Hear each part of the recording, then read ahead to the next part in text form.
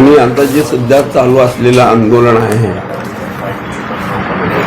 तोच एक सट्टेदार आहे, IPLच्या बेकायदेशीर धंदा चालवणार आहे, गुटख्याचा लोकांकडून हप्ते घेणार आहे आणि अनेक महिलांना त्यांनी या सोलापूर शहरामध्ये पुरुषांनी नोकरी लावतो, कुणाला टेंडर देतो, अनेक अशा थापा मागून पैसे उकळलेत आणि ते पैसे मागायला गेल्यानंतर तो पोलिसांना एक अर्ज देतो की व्याजपट्ट्याचा धंदा करते आणि व्याजानं पैसे मला दिलेले आहेत.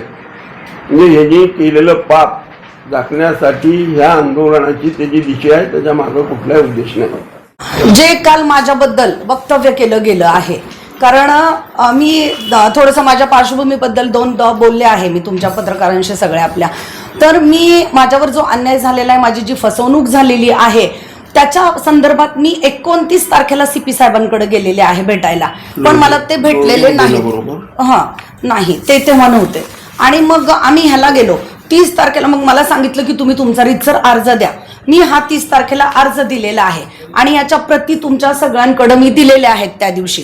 आणि जेव्हा मी अर्ज दिल्यानंतर 1 तारखेला मी मुलाखत दिली की मला कोणी भेटत नाहीये, पोलीस प्रशासन मला मदत करत नाहीये, हे जेव्हा मी पत्रकार लोकांना सांगितलं आणि माझी ही जी क्लिप व्हायरल झाली, तुमची जी बातमी लागली सगळीकडं, ते घाबरून त्यांनी 2 तारखेला ऑनलाईन बसून जो अन्नत्याग आंदोलन करतोय सुहास कदम, हा जाग्यावर बसून त्यानं ऑनलाईन माझी तक्रार दाखल केलेली आहे.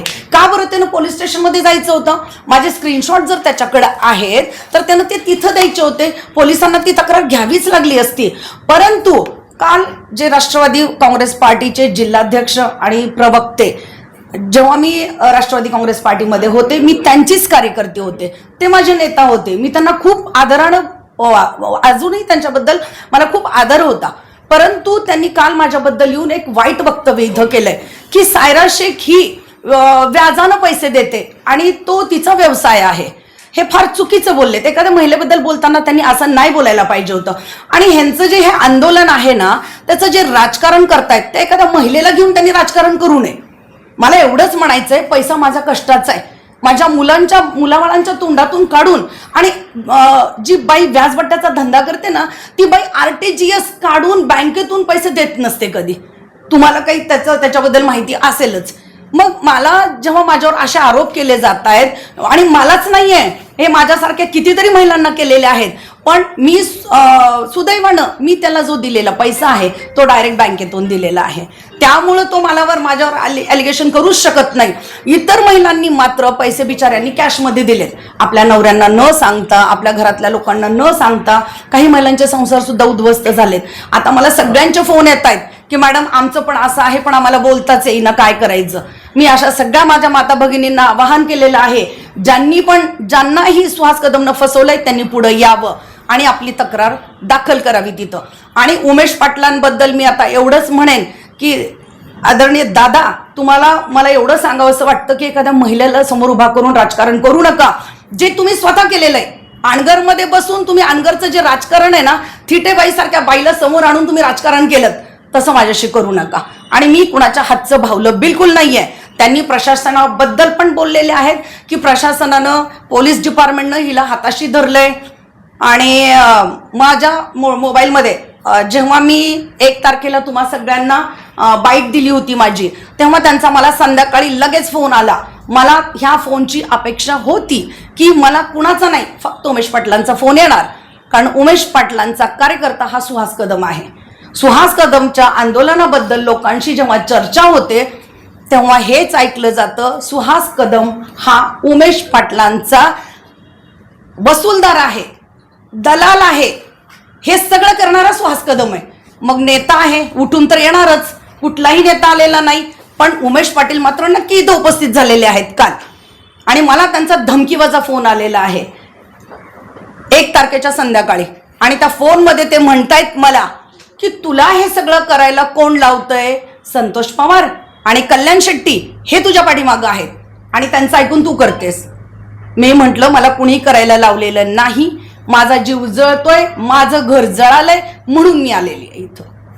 आणि माझ्यासारख्या इतर महिलांची इथं फसवणूक होऊ नये एवढीच माझी इच्छा आहे.